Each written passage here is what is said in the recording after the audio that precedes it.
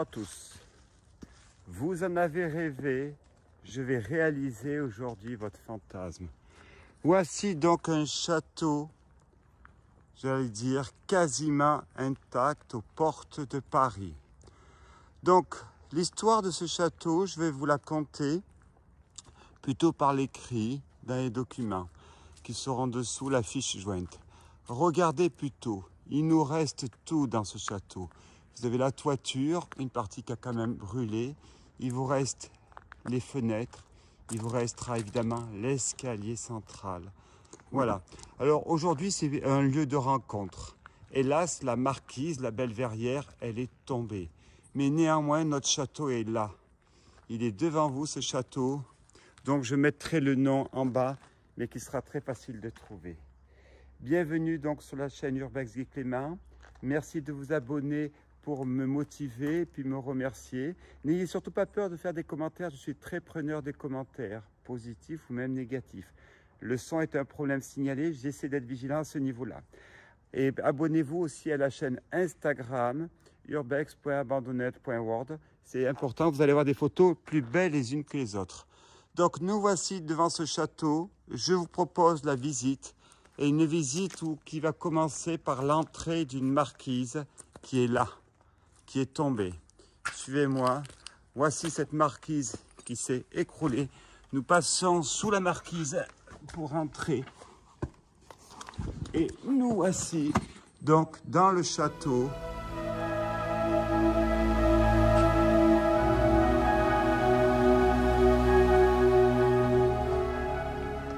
Ce château est une histoire que je vais vous conter tout au long de cette visite. Et déjà, vous pouvez contempler par vous-même ce qu'il en reste. Un beau château, alors pas les châteaux comme j'ai pu vous montrer en Croatie avec encore les lustres comme ça, mais ce château est très intéressant aux portes de Paris, au nord de Paris. Je suis donc à peu près à 50 km, à 55 minutes de RER, enfin du TER, là, de la gare du Nord, pour les Parisiens, pour venir voir ce château. Suivez-moi.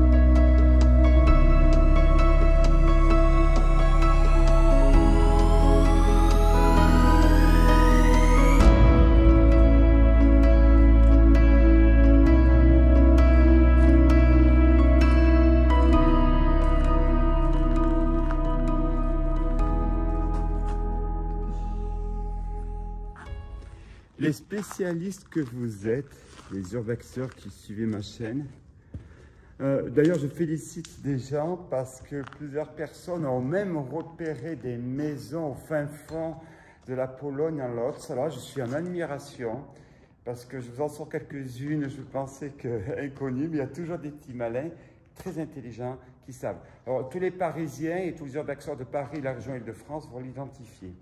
Donc je mettrai dessous l'histoire de ce château qui est très intéressante. Mais au-delà que nous sommes en face d'une maison d'arrêt, un indice, ce lieu est par son histoire intéressant. Vous retrouvez encore beaucoup du vestige, du prestige de ce château. sachez qu'à côté, vous avez également 2 sanatoriums juste au-dessus.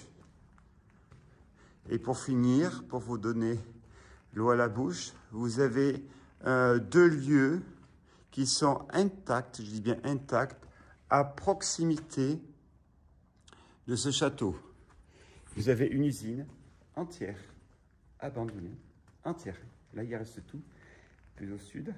Et après, alors vous avez une sorte de sanatorium, je ne l'ai pas encore visité, mais il faut savoir que le château est petit par rapport à la suite que je vous proposerai.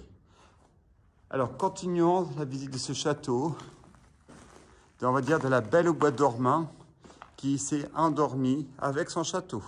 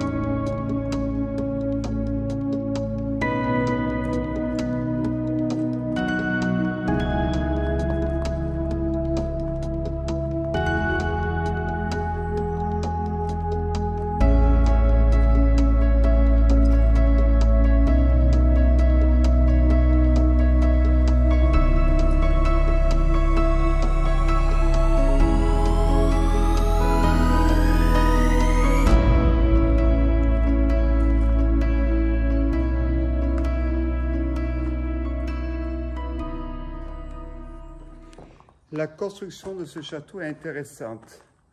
Bon, on peut voir tout de suite qu'il a dû être réaménagé dans une annexe du sanatorium qui se trouve à 100 mètres plus au nord d'ici.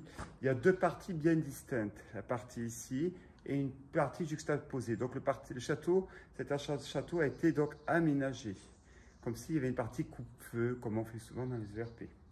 Je vous propose de continuer la visite de ce lieu.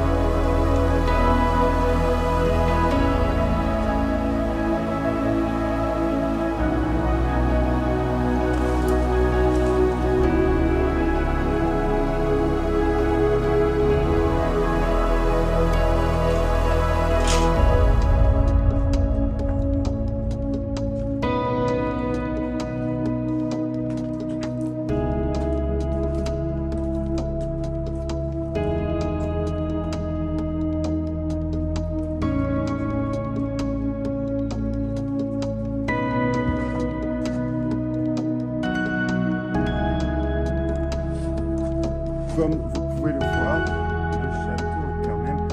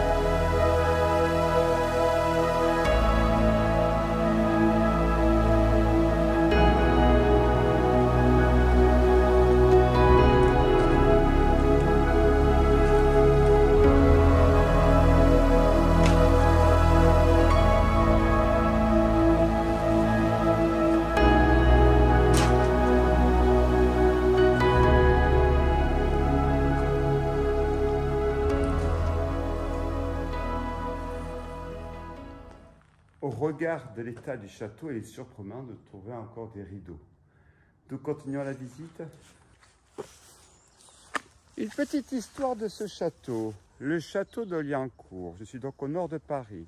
Alors ce château aurait été construit par un riche industriel de la région. À l'issue, ce château a une histoire très intéressante. Il a été récupéré par l'administration. À une époque, on dit qu'il a même été transformé en prison. Il aurait même servi à former, si je puis dire, tout ce qui est la partie cantine de la prison. Il servait même a priori d'hébergement pour tous les cantiniers de la prison. Néanmoins, une partie de la prison a été détruite, et donc ce qui fait qu'il n'avait plus son utilité. Et ce château donc a été fermé, mis à l'abandon à partir de 2004. Il faut savoir qu'une grande partie a brûlé, toute la toiture a brûlé. Donc depuis 2004, il est à l'abandon. La commune de Liancourt l'a racheté il y a quelques années. Aujourd'hui, il est dans l'état. Il faut savoir que vous avez toujours la prison qui est là, la nouvelle prison, parce que l'ancienne prison a été rasée.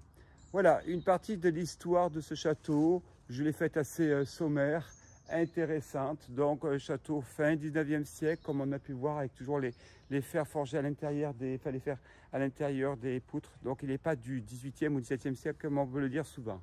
Magnifique, égal de toute beauté. Mais ce pauvre château, je crois qu'on arrive vraiment à la fin. Merci, pensez à vous abonner. Nous continuons l'exploration ensemble.